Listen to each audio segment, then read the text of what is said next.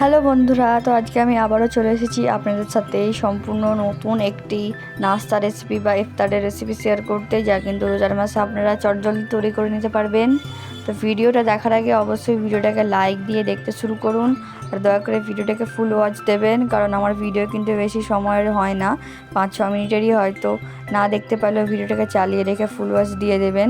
প্রথমে কিন্তু আমরা আলুর পুরটা তৈরি করে নেবো। এর জন্য দেখুন কড়াইতে তেল দিয়ে আমি এখানে দুটো শুকনো লঙ্কাকে লাল লাল করে নিয়েছি। এরপর আমি এই তেলের মধ্যেই কিছুটা বাদাম দিয়ে দিলাম। গোটা বাদাম দিয়ে বাদামগুলোকে একটু ভেজে নেব। এবার দেখুন বাদামটা আপনারা গোটা নেবেন, চাইলে ক্রাশ করেও দিতে পারেন। এরপর দেখুন আমি এর মধ্যে পেঁয়াজ দিয়ে দিলাম। পেঁয়াজ দিয়ে পেঁয়াজটাকে খুব ভালোভাবে আমাদেরকে লাল করতে হবে।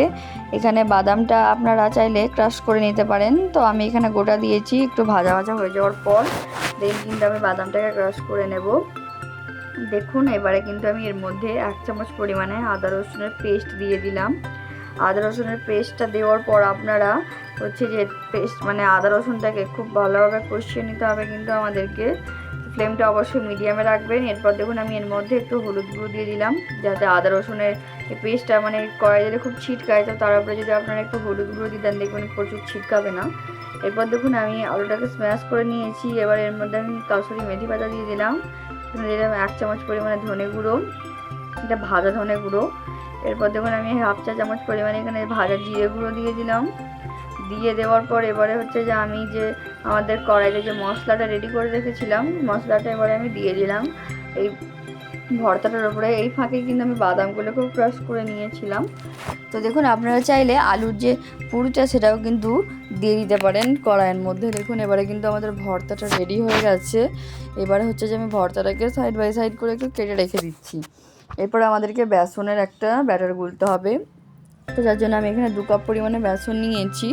এরপর এখানে 1 চা চামচ পরিমাণে লঙ্কা গুঁড়ো, 1/2 চা চামচ পরিমাণে হলুদ গুঁড়ো এবং 1 চামচ পরিমাণে আমি লবণ দিয়ে দিলাম। লবণটা আপনারা পরিমাণ মতো দিয়ে নেবেন। এরপর দেখুন খুব ভালোভাবে সব মশলাগুলো, শুকনো উপকরণগুলো মিশিয়ে নেব। আজকে আমি আপনাদের সাথে এমন একটা টিপস শেয়ার করব, সেই উপায়ে যদি আপনারা এই বেসনটা তৈরি করেন, ব্যাটারটা, তাহলে কিন্তু দেখবেন আপনাদের যে কটা স্ন্যাক্স তৈরি করবেন সব কটাই প্রায় 12 ঘন্টা পর্যন্ত ক্রিসপি থাকবে আর স্মুথ একদম ব্যাটার তৈরি হবে, যেরকম দোকানে তৈরি হয় ঠিক সেরকমই হবে। তো দেখুন ব্যাটারটা এবার আমি জল দিয়ে গুলে নিয়ে রেখে দেবো কিছুক্ষণ রেস্টে ওইভাবেই। এরপর দেখুন আমি 2টো ডিম সেদ্ধ করে নিয়েছি। ডিমটাকে এবারে কেটে নিচ্ছি। আপনাদেরকে এখানে একটা ধারালো ছুরি নিতে হবে। ধারালো ছুরি দিয়ে কাটবেন, আর খুব প্রেশার দিয়ে কাটবেন না, তাহলে কিন্তু দেখবেন এর ভেতরে যে কুসুমটা দেখুন এইভাবে বেরিয়ে যাবে। একটু বেশি প্রেশার দিলে, তো অল্প প্রেশার দেবেন আপনারা। আর দেখুন এরকমভাবে রিংয়ের মতো করে আমাদেরকে কেটে নিতে হবে। কুসুমটা কিন্তু আপনারা রেখে দেবেন, কুসুমটা বাদ দেবেন না। দেখুন এরপরে হচ্ছে যে আমি আবারও একইভাবে এরকম করে কেটে নিলাম। 2টো ডিম আমি এখানে নিয়েছি। আপনারা চাইলে এখানে ডিমের কোয়ান্টিটিটা একটু বাড়িয়ে নিতে পারেন, আপনাদের আলুর পুরটা যেমন হবে।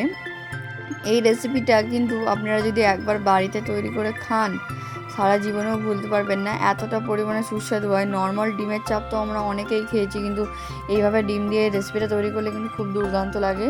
এরপর দেখুন আমি ওই আলু ভর্তাটার মধ্যে একটু ব্রেড ক্রাম্বস দিয়ে দিলাম। ব্রেড ক্রাম্বসটা দিলাম যাতে একটু ভালো ক্রিসপি হয়, যার জন্য ব্রেড ক্রাম্বস দিয়ে খুব ভালোভাবে আমি হচ্ছে যে আলুর সাথে মিশিয়ে নেব। আলুর যে পুরোটা আমার তাহলে রেডি হয়ে যাবে।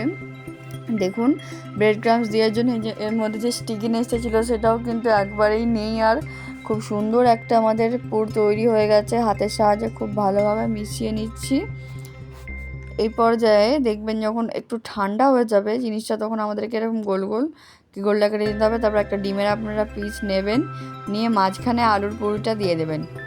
মাঝখানে দেওয়ার পর এর মধ্যে হচ্ছে যে আপনারা এই যে আলুর আর একটা ডিমের পিস ছিল তার উপরেই বসিয়ে দেবেন। দুটো ডিমের মাঝে আপনাদেরকে আলুর যে ভর্তাটা আপনারা তৈরি করে রেখেছেন সেটা বসাতে হবে। দেখুন আবারও কিন্তু আমি ভর্তাটা এভাবে দিয়ে দিলাম, তার উপরে আমি আর একটা ডিম দিয়ে দিলাম।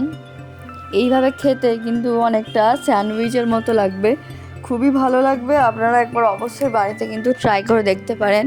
আর আপনাদের ভর্তাটা যদি হাতে আটকে যেয়ে থাকে, তো আপনারা কিন্তু এই সময় হাতে একটু যে কোনো তেল লাগিয়ে নিয়ে তারপর যদি ভর্তাটা কাটেন, দেখবেন হাতে কিন্তু একটুও আটকাবে না। এটা কিন্তু আপনাদেরকে আমি টিপটা বলে দিলাম। দেখুন এবার কিন্তু আমি এক একটা করে বেসনে এইভাবে ডুবিয়ে নিচ্ছি। খুব সাবধানের সাহায্যে কোট করবেন, না হলে কিন্তু দেখবেন আলুর যেটা বেরিয়ে যেতে পারে। এরপর দেখুন আমি ছেড়ে দিচ্ছি। যেমনভাবে আমি এটা সুন্দরভাবে কোট করে নিলাম। আমি এখানে একটু মেথি পাতা চারিদিক দিয়ে কোট করে দিয়েছি, আপনারা চাইলে মেথি পাতাটা আগেও দিয়ে মিশিয়ে নিতে পারেন। এরপর দেখুন আবারও দিয়ে দিলাম। আর বেসনের ব্যাটারটা কিন্তু আপনারা অনেকক্ষণ ধরে একটু ফাটাবেন, নাহলে কিন্তু দেখবেন বেশি ক্রিসপি হবে না, আর ফুলবে না, যার জন্য অনেকক্ষণ ধরে একটু ফাটিয়ে নিতে হবে। দেখুন আমার কিন্তু একটা স্ন্যাক্স রেডি হয়ে গেছে।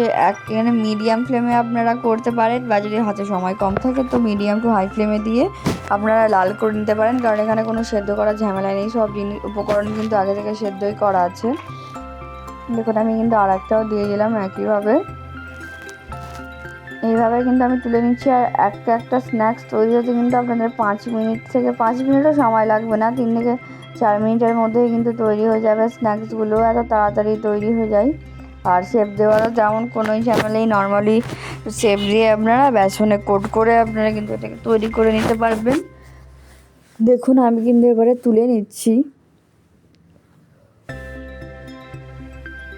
আপনারা হয়তো আমার বেসনটা যে ব্যাটারটা দেখে বুঝতে পারছেন কতটা পরিমাণে স্মুথ কোটিংটা হয়েছে। এরপর দেখুন আমি আপনাদেরকে ফাইনাল লুকটা দেখিয়ে দিচ্ছি, কতটা পরিমাণে ডিলিশিয়াস আর ক্রিসপি দেখতে লাগছে। কেচাপের সাথে পরিবেশন করলে তো একদম দুর্দান্ত হবে এখানে। আর দেখুন আমি আপনাদেরকে তুলে দেখিয়ে দিচ্ছি, একটা খেলে কিন্তু পেট ভরে যাবে, এত সুস্বাদু হয়েছে, বারবার খেতে চাইবেন যদি একবার খান।